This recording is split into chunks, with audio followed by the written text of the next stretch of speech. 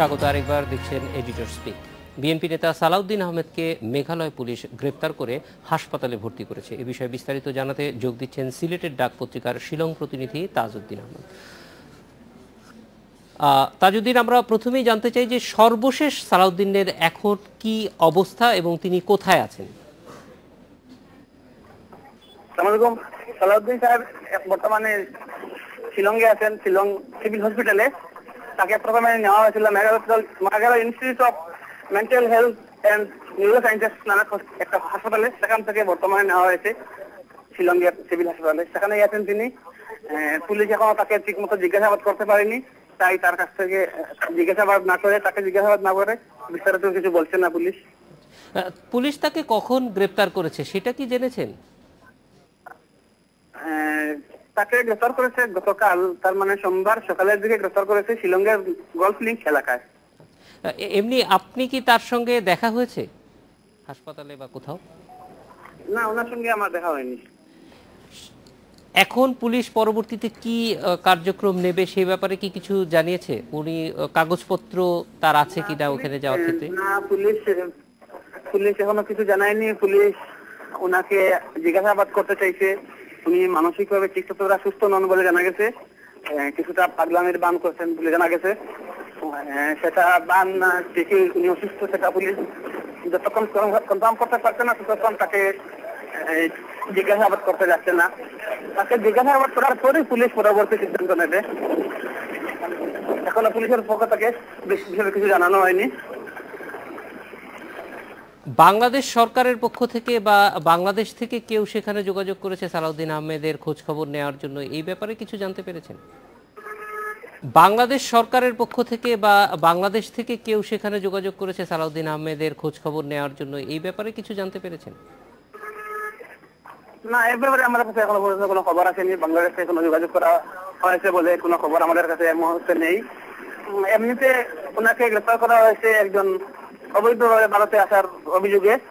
ভারতে তাকে পাওয়া গেছে, তার সঙ্গে কোনো ধরনের বৈধ নথিপত্র ছিল না, এবং এভাবে মাঝে মাঝে অনেক অবৈধভাবে আসা বাংলাদেশি ভারতে গ্রেফতার হয়ে থাকে।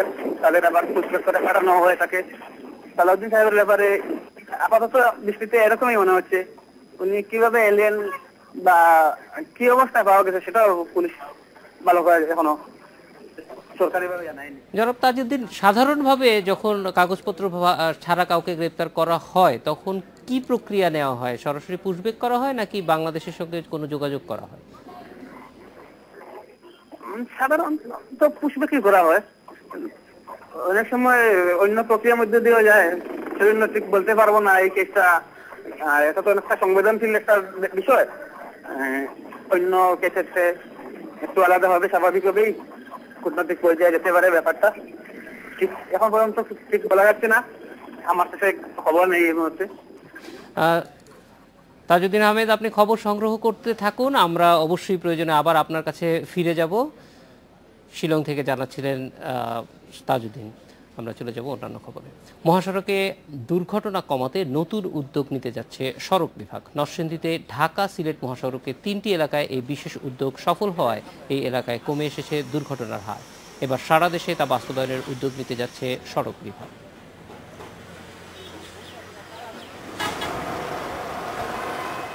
ঢাকা সিলেট মহাসড়কের নরসিংদী অংশের দুর্ঘটনাপ্রবণ 11টি এলাকায় প্রাণহানি ঘটে প্রায়ই। ঝুঁকি কমাতে এর 3 এলাকা নীলকুঠি, কুন্দারপাড়া ও নামাপাড়ায় পরীক্ষামূলকভাবে করা হয় এই প্রকল্প। বেসরকারি সংস্থা centre for injury prevention and রিসার্চের উদ্যোগে প্রকল্পে দুর্ঘটনাপ্রবণ এলাকার 500 মিটারের মধ্যে করা হয়েছে সাইন ও marking, rumble strip, zebra crossing, গতি নিয়ন্ত্রক, পার্কিং ও যাত্রী উঠানামার স্থান। সমানতালে চলছে সচেতনতামূলক প্রচার।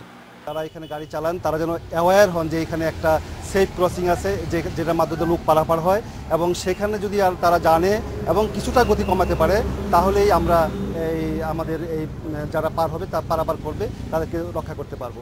সব মহাসড়কেই এমন উদ্যোগ নিলে সড়ক দুর্ঘটনা কমে আসবে বলে মনে করেন বাংলাদেশ প্রকৌশল বিশ্ববিদ্যালয়ের দুর্ঘটনা গবেষণা কেন্দ্রের পরিচালক মাজহারুল হক।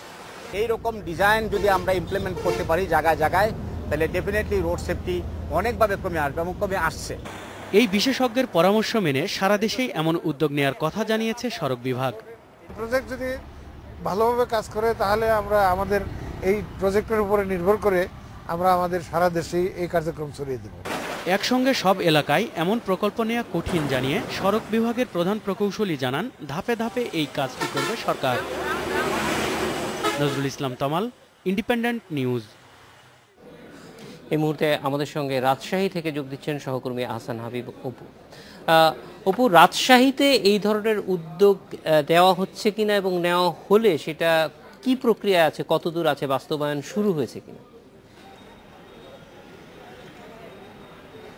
রাজশাহী অঞ্চলের যে হাইওয়ে সড়ক আছে এর বাইরে উপজেলা পর্যায়ের সড়কগুলোতেও কিন্তু প্রতিদিনই আমরা সড়ক দুর্ঘটনার খবর দেখি এবং সেই সাথে প্রতিদিনই মৃত্যুর ঘটনা ঘটে। তো এইসব প্রেক্ষিতে কিন্তু রাজশাহীতেও সড়ক দুর্ঘটনা কমানোর বিষয়ে সরকারিভাবে আমরা বেশ কিছু উদ্যোগের কথা শুনি। এর মধ্যে মূল উদ্যোগটা হচ্ছে যে জনসচেতনতা বাড়ানো, সেই উদ্যোগকে একটি সামনে রাখা হয়েছে। আর এর বাইরে যে উদ্যোগটি নেওয়া হয়েছে সড়ক ও জনপথ বিভাগের অতিরিক্ত প্রধান প্রকৌশলী আব্দুল সালামের সাথে আমার কথা হয়েছে কিছুক্ষণ আগে। তিনি যেটি বলছেন যে এইটি সড়ক দুর্ঘটনা কমানোর বিষয়ে বুয়েটের একটি দল আসলে সারা দেশে জরিপ চালিয়েছে। তারই অংশ হিসাবে বিভিন্ন বাঁককে কেন্দ্র করে বিভিন্ন যেসব জায়গায় অতিরিক্ত বাঁক আছে বা দুর্ঘটনা প্রবণ এলাকা হিসাবে চিহ্নিত করা হয়েছে, রাজশাহী বিভাগের মোট 6টি জেলাকে এর আওতায় আনা হয়েছে, যেটি হচ্ছে 34টি পয়েন্টকে তারা নির্ধারিত করেছে। এবং এই 34টি পয়েন্টকে উন্নতি করার জন্য, সড়ক দুর্ঘটনা কমানোর জন্য যে সেসব বাঁক কমানো, এই সাথে ডিভাইডার বসানো বা কিভাবে এই যে বিভিন্ন ধরনের সিগন্যাল দেওয়া, এইসব করে মূলত দুর্ঘটনা কমানোর একটি উদ্যোগের কথা বলা হচ্ছে এবং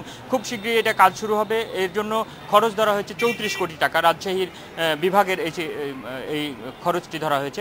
এর বাইরে সড়ক পরিবহন ছাড়া, সড়ক বিভাগ ছাড়াও কিন্তু আমরা যেটি জানতে পেরেছি যে জেলা প্রশাসনের পক্ষ থেকে সচেতনতা বৃদ্ধির একটি আলাদা উদ্যোগ নেওয়া হয়েছে, যেটি আগামী পরশুদিন একটি তারা স্কুল পর্যায়ে, যেটা বিদ্যালয় পর্যায়ে, বিভিন্ন রাজশাহীর সকল বিদ্যালয় পর্যায়ে মূলত সচেতনতা বাড়ানোর একটি উদ্যোগ নিয়েছে।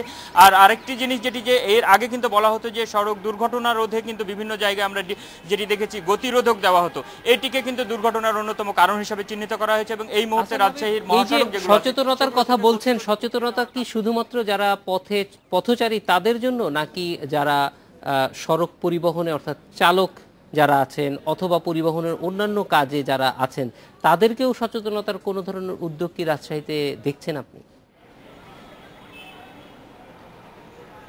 জেলা প্রশাসনের পক্ষ থেকে যে উদ্যোগটা বলা হয়েছে, আমি কথা বলেছিলাম অতিরিক্ত জেলা প্রশাসক তুহিনুর আলমের সাথে। তিনি যেটি বলছেন যে তাদের এই উদ্যোগটা স্কুল ভিত্তিক উদ্যোগ, মূলত এর বাইরেও বিভিন্ন পর্যায়ের উদ্যোগ আছে। তবে মূলত যারা চলাচল করে পথচারীদের সচেতনতার ব্যাপারটি এখানে গুরুত্ব দেওয়া হচ্ছে। আমরা এই ব্যাপারে যে যদি বলি যে যানবাহন চালক বা পরিবহনের সাথে সম্পৃক্ত তাদের বিষয়ে কিন্তু এখন পর্যন্ত নিশ্চিত করে তিনি জানাননি। এবং আরেকটি জিনিস, যে আমরা বিভিন্ন জায়গাতে যখন এই বিষয়ে যারা কাজ করে তাদের সাথে কথা বলতে গিয়ে কিন্তু একটি জিনিস বুঝতে পারি যে বেশিরভাগ সড়ক দুর্ঘটনার ক্ষেত্রেই কিন্তু চালক বা অন্যান্য যারা সম্পৃক্ত তারা এর সাথে জড়িত হয়। তো এই ব্যাপারে আমি কথা বলেছিলাম সড়ক পরিবহন শ্রমিক নেতা এখানকার মাহতাব উদ্দিন, তার সাথে আমি কথা বলছিলাম। তিনি যেটি বলছেন যে চালক এবং এর সাথে সহকারী তাদেরকে সচেতন করার ব্যাপারে তাদের পক্ষ থেকেও বেশ কিছু উদ্যোগের কথা তিনি জানান। তবে কার্যত আমরা সেসব উদ্যোগ কিন্তু বাস্তবে দেখি না। জাহিদ ভাই। আহসান হাবিব অপু, আমাদের সঙ্গে যোগ দেওয়ার জন্য অনেক ধন্যবাদ। এই ছিল আজকের এডিটর স্পিকে। আমন্ত্রণ আমাদের পরের আয়োজন।